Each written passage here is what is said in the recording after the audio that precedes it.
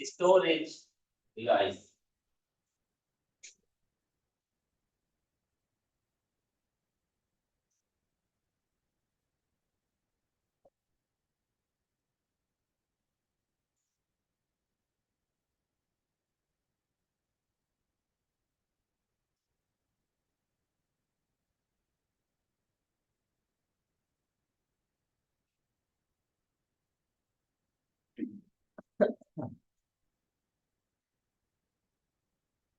देखिए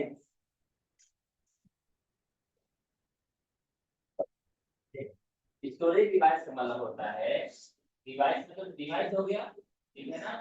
एक्चुअली क्या होता है, जहां पर हम सूचनाओं को संग्रहित करते हैं, स्टोर करते हैं, तो क्या है हमारा स्टोरेज हो गया। हम जानते हैं कि इसे क्या नाम दिया गया है, मेमोरी के नाम से भी हम जानते हैं, ठीक है। लिख लीजिए,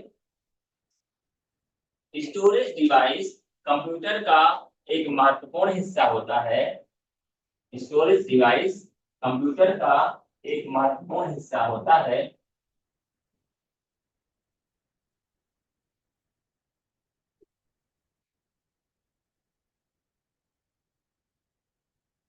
जिसका उपयोग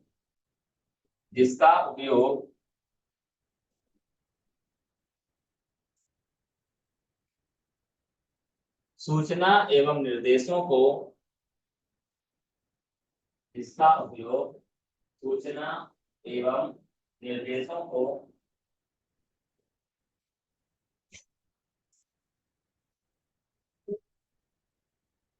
संरक्षित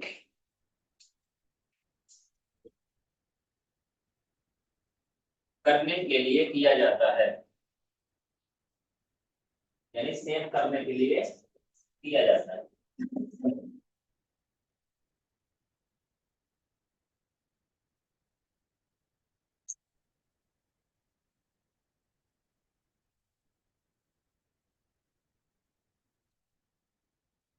इसे मेमोरी के नाम से भी जाना जाता है।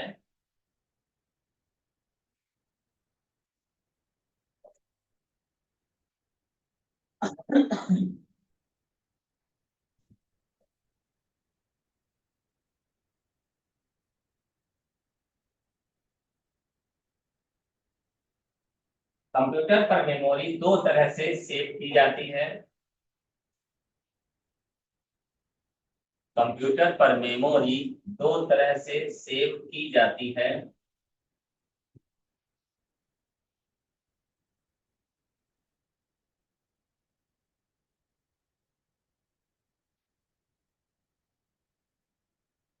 इसे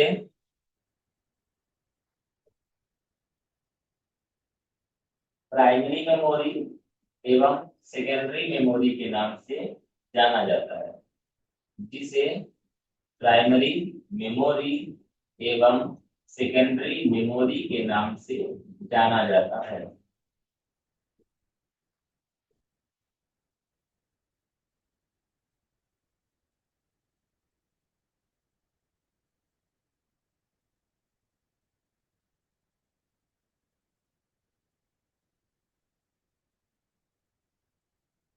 से प्राइमरी मेमोरी एवं सेकेंडरी मेमोरी के नाम से जाना जाता है ना।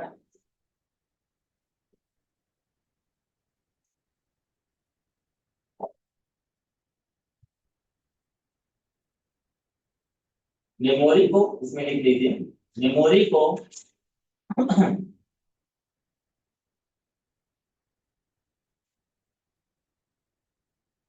मापने के लिए,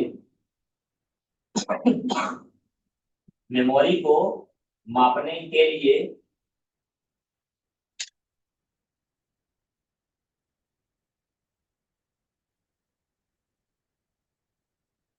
एमबी, केबी,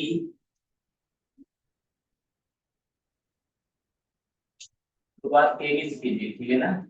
इसके पहले भी होता है, मतलब पहले केबी लिखो, नापने के लिए केबी, पहले केबी लिखे, ठीक है ना। MB, GB, GB, TB, TB, उसके बाद पीबी, बी आदि विभिन्न यूनिट का उपयोग किया जाता है। K B, M B, P B, G B और पी बी और फिर पी बी आदि यूनिट का उपयोग किया जाता है।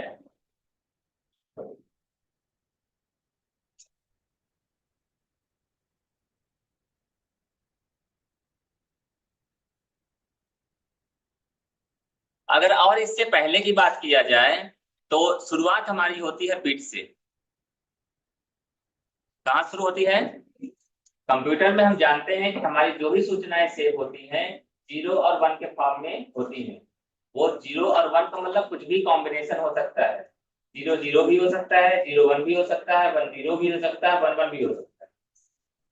ठीक है ना? तो अगर हमारा या तो 0 होगा या तो 1 होगा, दो स्टेज होंगे। तो अगर हम 0 की बात करें तो ये हमारा 0 हो और चाहे 1 हो, ये हमारा एक बिट कहलाता है। ये क्या है हमारा?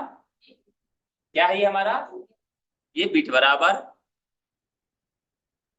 एक नंबर। इसके बाद बात आती है किसकी? निबल की। बिट के बाद किसकी बात आती है? निबल मतलब होता है 4 बिट। निबल मतलब क्या होता है? 4 बिट।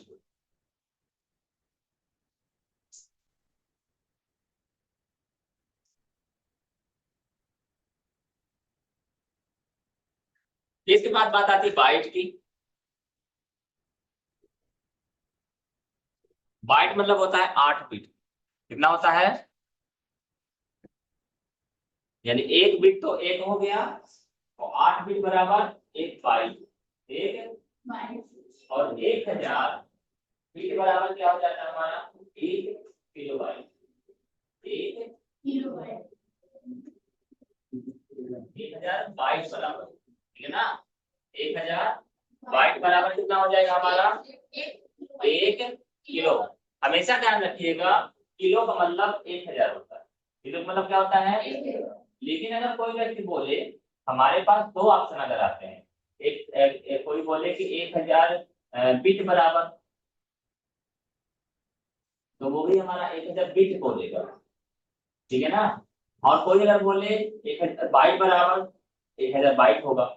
लेकिन एक ऑप्शन और आ सकता है कि 1 KB बराबर।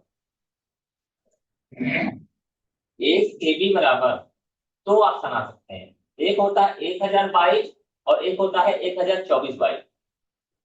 एक्चुअल जो है वो है 1024। एक्चुअल एक्चुअल क्या है? 1024। लेकिन जो कि किलो शब्द का इस्तेमाल किया गया था तो राउंड फिगर में उसको 1000 को 1000 लेके चला जाता है। किलो को किस लिए लेके चला जाता है? 1000।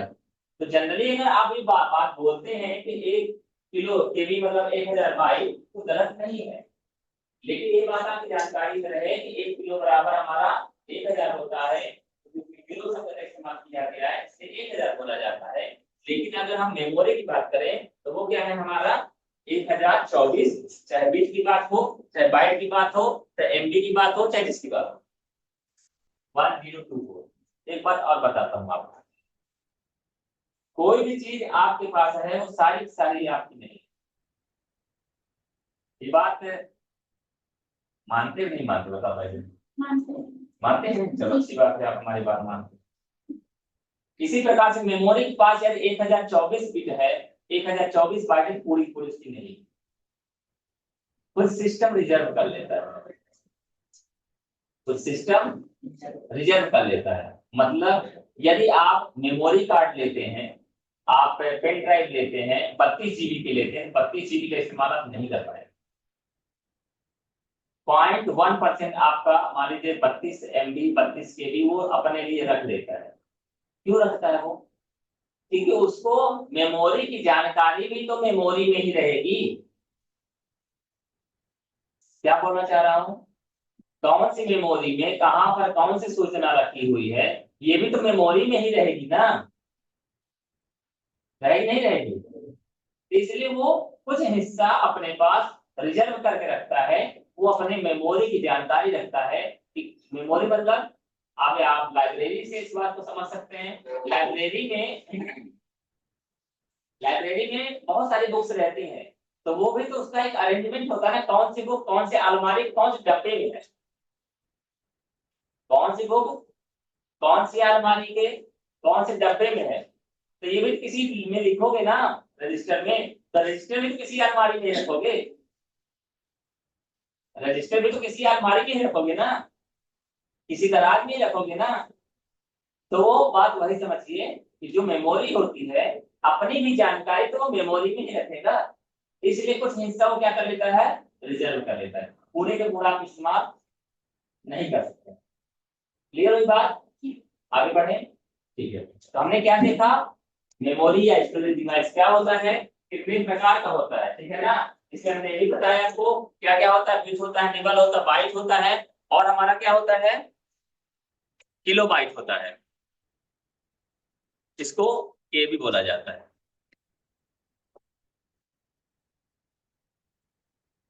एम भी बोला जाता है।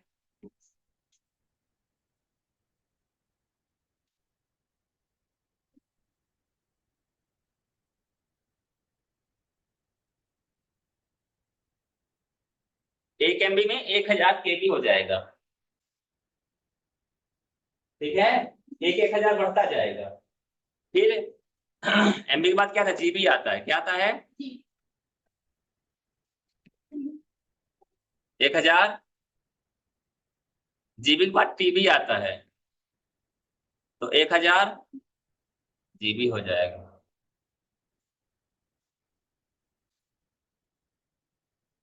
जीबी के बाद क्या आता है, 1000 होता है, सब होता है,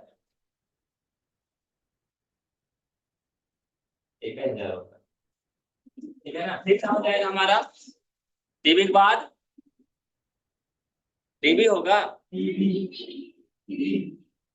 टीबी होगा, ठीक है ना।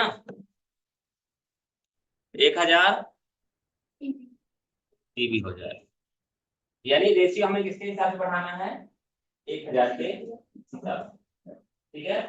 और किसी तरह क्या लिख लिए हैं, ठीक है।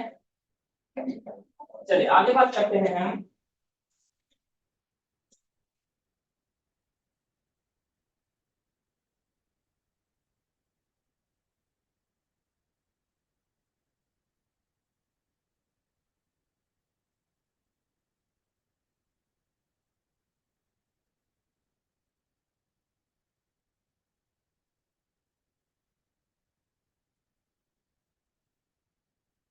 मेमोरी के बारे में और विस्तार से जानकारी मिलेगी, उसके पहले बताया जाएगा कि मेमोरी को एक्सेस कैसे, क्यों बोला जाता है डाटा एक्सेस मेथड भी बोला जाता है, मेमोरी एक्सेस मेथड भी बोला जाता है।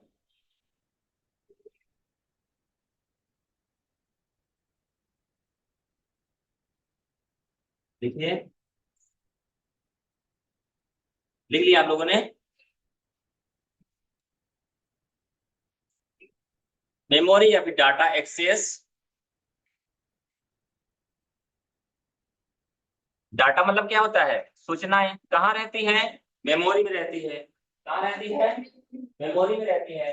मेमोरी को जब एक्सेस करोगे तभी तो सूचना मिलेगी हमें, तभी तो सूचना मिलेगी। तो एक्शन में जैसा रखोगे वैसा ही मिलेगी, जैसा रखोगे वैसा ही मिलेगी। आपके घर में बर्तन होते हैं बर्तन यदि आप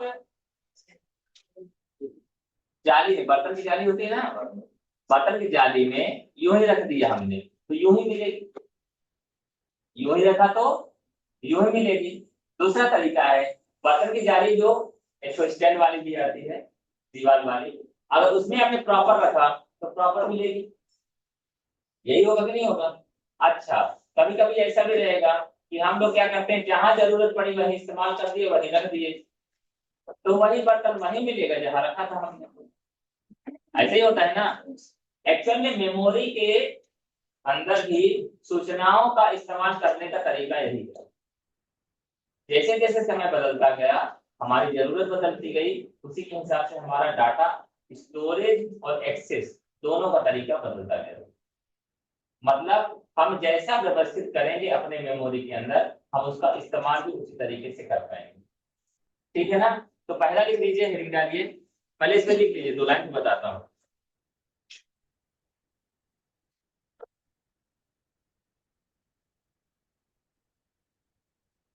सूचना को हम मेमोरी में इसलिए रखते हैं, सूचना को या डाटा को हम मेमोरी में इसलिए रखते हैं ताकि आवश्यकता पड़ने पर, ताकि आवश्यकता पड़ने पर हम उसका उपयोग कर सकें।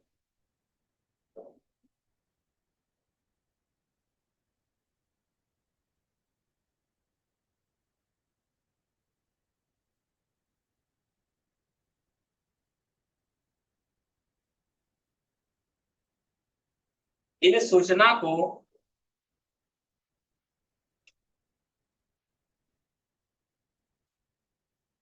उपयोग करने की विधियों को भी, विधियों को भी डाटा एक्सेस मेथड कहते हैं। डाटा एक्सेस मेथड कहते हैं।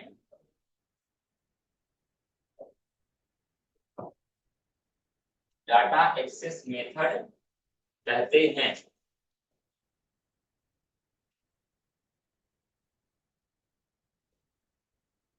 ये 3 प्रकार के होते हैं, ये 3 प्रकार के होते हैं।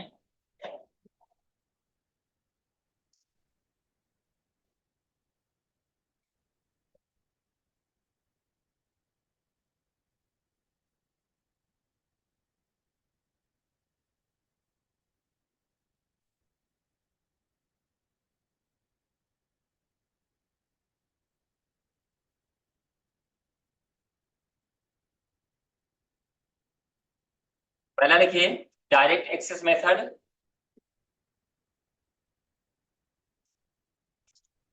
दूसरा सीक्वेंशियल एक्सेस मेथड,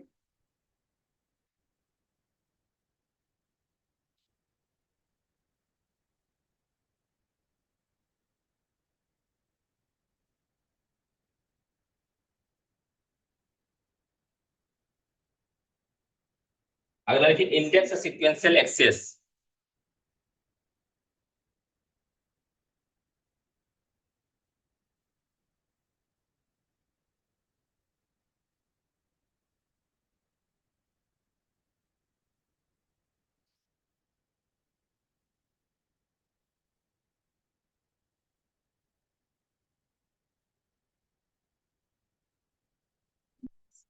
क्यों ना चलेगा बताएंगे। पहला क्या लिखा हमने, डायरेक्ट एक्सेस मेथड। डायरेक्ट आप हिंदी में भी लिख सकते हैं, कोई दिक्कत नहीं है, डायरेक्ट एक्सेस मेथड। दूसरा क्या लिखा हमने, sequential access method, sequential access method. अगला क्या लिखा हमने, इंडेक्स सीक्वेंशियल एक्सेस मेथड।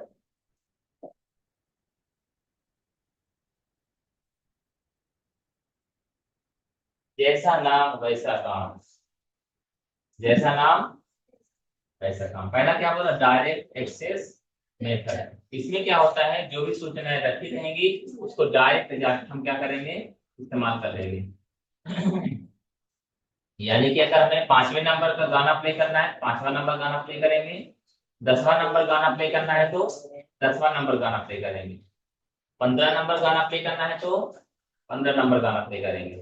ऐसा कर लेते हैं हम लोग। इसको क्या बोला जाता है, डायरेक्ट एक्सेस मेथड। दूसरा होता है sequential access method. Tape recorder में गाना सुना है आप लोगों ने, नहीं सुना होगा आप लोगों ने। टेप रिकॉर्डर में क्या रहता है, एक साइड 5 गाने, एक साइड 5 गाने, या एक साइड 10 गाने, एक साइड 10 गाने रहते हैं। टेप रिकॉर्डर देखा है आप लोगों ने, नहीं देखा आप लोगों ने? चलो कोई बात नहीं। पुराना बाजा देखा है आप लोगों ने, पुराना बाजा, या पहले जो रामायण वगैरह निकाले CCR वाली कैसे रहा करती थी, उसको बोला जाता है डायरेक्ट सीक्वेंशियल एक्सेस में बोला जाता है। क्या बोला जाता है? उसका मतलब क्या होता है, जैसे पहला गाना आप सुन रहे हैं या पहला वीडियो आप देख रहे हैं, तो अगर आपको पांचवा देखना है तो गुजरना तो पहले दूसरे तीसरे चौथे के बाद ही पांचवा आएगा। हाँ, आप चाहे तो फॉरवर्ड कर सकते हैं, लेकिन गुजरना तो पड़ेगा। ठीक है ना? यानी वो क्या कहलाता है, सीक्वेंस से काम होगा, काम सीक्वेंशियल ही होगा। यानी वो क्या हो रहा है, सूचना आपको विजिट करनी ही पड़ेगी, दूसरी भी, तीसरी भी, चौथी भी, पांचवी भी, तभी जाके आपका नंबर आएगा।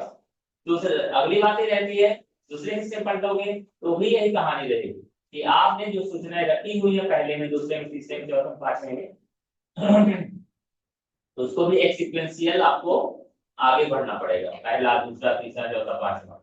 ये दूसरा तरीका हो गया। तीसरा तरीका आ गया, तीसरा ये हो गया कि इनके पास इंडेक्स रहता है। जैसे आप बुक इस्तेमाल करते हैं, बुक में क्या करें, इंडेक्स मतलब अनुक्रमणिका क्या है, ठीक है ना? और बोलते हैं इसको हिंदी में, बोलते हैं हो गया, लेकिन इंडेक्स का मतलब आप समझ रहे हैं, ठीक है ना? जहां पर ये लिखा रहता है कि पहला चैप्टर कौन से पेज पे है, पहला चैप्टर कौन से, दूसरा चैप्टर कौन से पेज में है। तो होता क्या है, यदि आपको पांचवें नंबर का लेसन चालू करना है या उसको पलटाना है, पहले क्या करोगे, पहले आप इंडेक्स देखोगे कि पांचवा नंबर कहां से शुरू है, और डायरेक्ट फिर क्या करोगे, उसी वाले पेज को खोलोगे। यही करते हैं आप लोग। ऐसे तो नहीं पढ़ना पड़ता है, जब 5 मार्क मिल रहे, पहला हो गया, दूसरा हो गया, तीसरा हो गया, चौथा हो गया, समय लगेगा ना। हम क्या करते हैं, इंडेक्स में जाएंगे, देखेंगे पांचवा चैप्टर, पेज नंबर, और उस पेज नंबर को हम डायरेक्ट खोलते हैं। काम थोड़ा सरल हो गया। इसका इस्तेमाल कब किया जाता है, जब सूचना बहुत रहती है, लेकिन जब सूचना कम रहती है, काम कम रहता है, तो डायरेक्ट एक्सेस का इस्तेमाल किया जाता है। क्या किया जाता है, डायरेक्ट एक्सेस का। और जो हमारा सीक्वेंशियल एक्सेस है, ये हमारी तकनीक थोड़ा सा पुरानी है। ये कई जगह हमें लूप में इसका इस्तेमाल किया जाता है कि भैया ताकि कोई गड़बड़ी ना हो। सीक्वेंशियल एक्सेस का इस्तेमाल कहाँ किया जाता है, भगवान भोलेनाथ जी के, शंकर जी के मंदिर में, जो जैसा आया है वो वैसा ही उनके दर्शन करे। क्यों, ताकि कोई गड़बड़ी ना हो। समझ में आई बात? बाकी बातें तो एक ही बात।